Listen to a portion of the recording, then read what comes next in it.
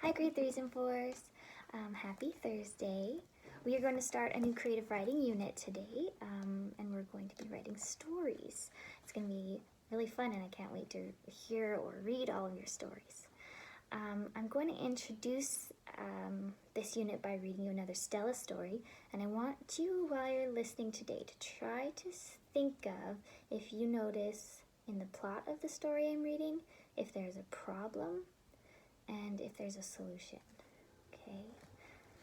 All right.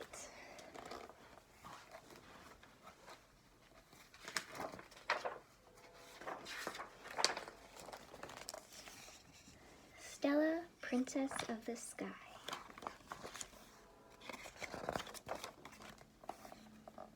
Stella, cried Sam.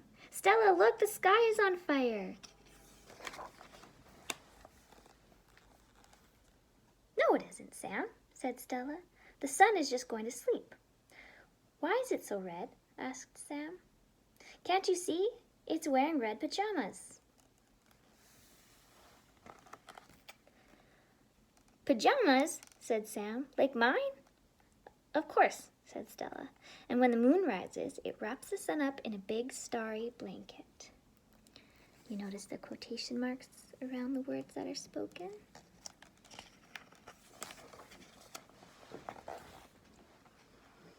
Where does the sun sleep? Asked Sam. On a bed? On a fluffy cloud, said Stella. And every morning the sun jumps into the sky. Like this. Except when it rains, said Sam. Yes, said Stella. Then the sun sleeps in.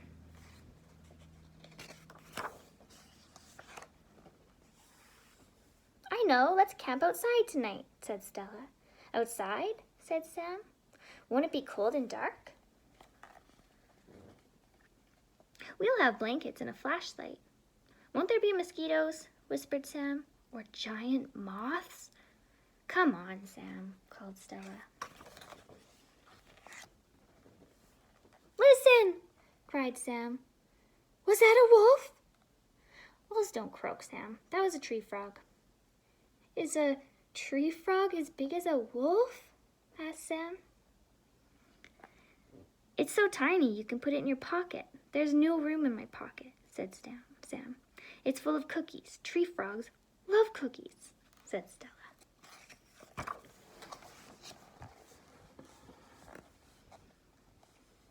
Here, this is perfect. We'll see the moon coming up over the lake. Does the moon live in the lake? Asked Sam. Does it swim? No, it lives in the sky, answered Stella, with the stars. Can the moon fly then? Does it have wings? The moon floats in the air, said Stella, like a balloon. Well, who's holding the string? Asked Sam. Hoo! Who's that? Whispered Sam. That's an owl, said Stella. He wants to know who we are. I'm Sam, called Sam, and she's Stella.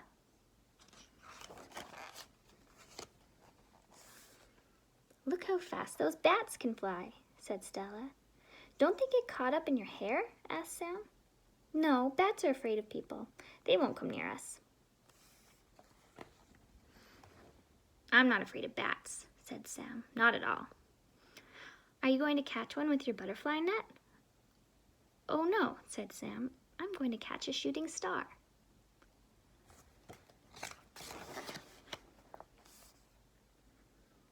You'll have to be quick as lightning, said Stella. It'll be easy, said Sam. The grass is full of stars. Those are fireflies, said Stella. They light the way for all the other bugs.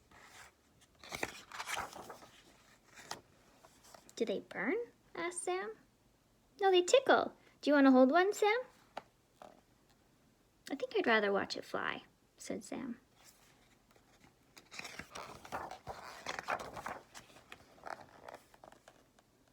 Who turned off the moon? Cried Sam. I can't see. There's a cloud in front of the moon, Sam. But now look, a raccoon family, whispered Stella. Why are they wearing masks? Asked Sam. Are they robbers? No, they're going to a costume party, said Stella.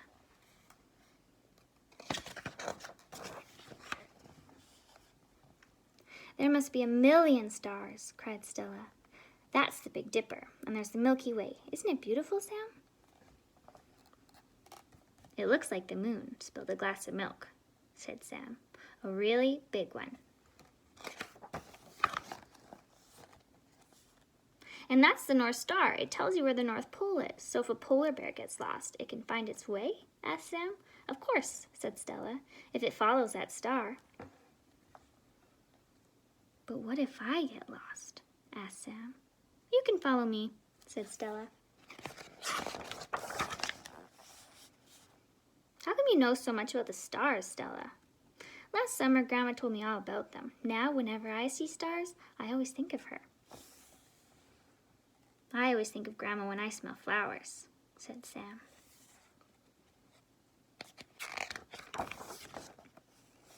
I miss her, added Sam. Let's go see her soon, said Stella. Yes, whispered Sam. The end.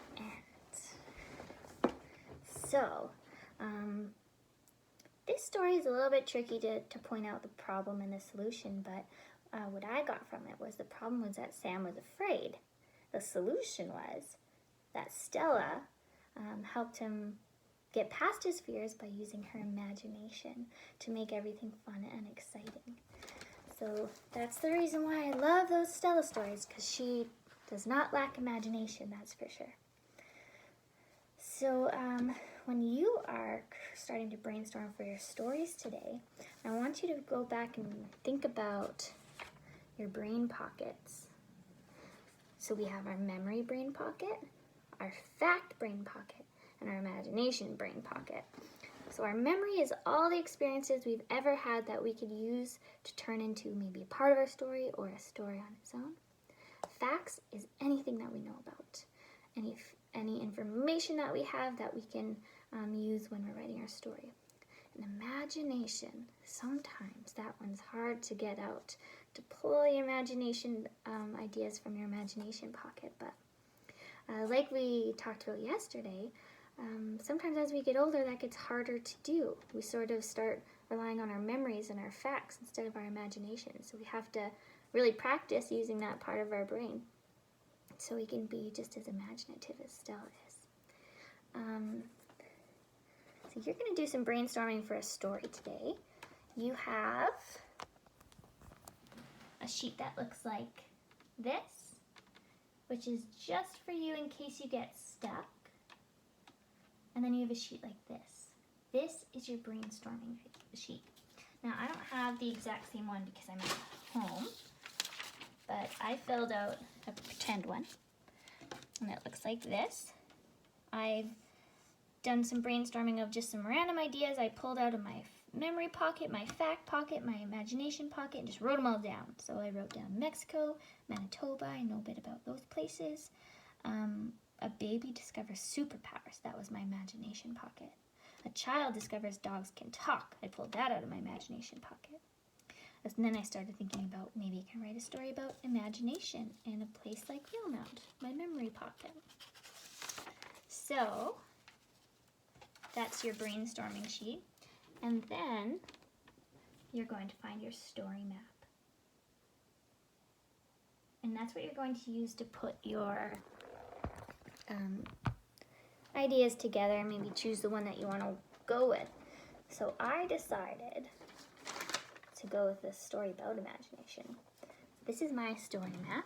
I always do the title last. I didn't fill in the setting, but I meant to. So I've decided I think I'm going to write my story in Valemount, because I know a lot about Valemount, and I think I could create really vivid descriptions of it. My characters are going to be some grade 4 students. The problem is that they find a time capsule that has the secret to imagination inside of it. And so anybody who has it has the secret to having a vivid imagination. But it gets stolen right away. So some events that I've brainstormed is they could find the capsule when they're in phys ed class, when somebody trips over a stump with a message carved into it.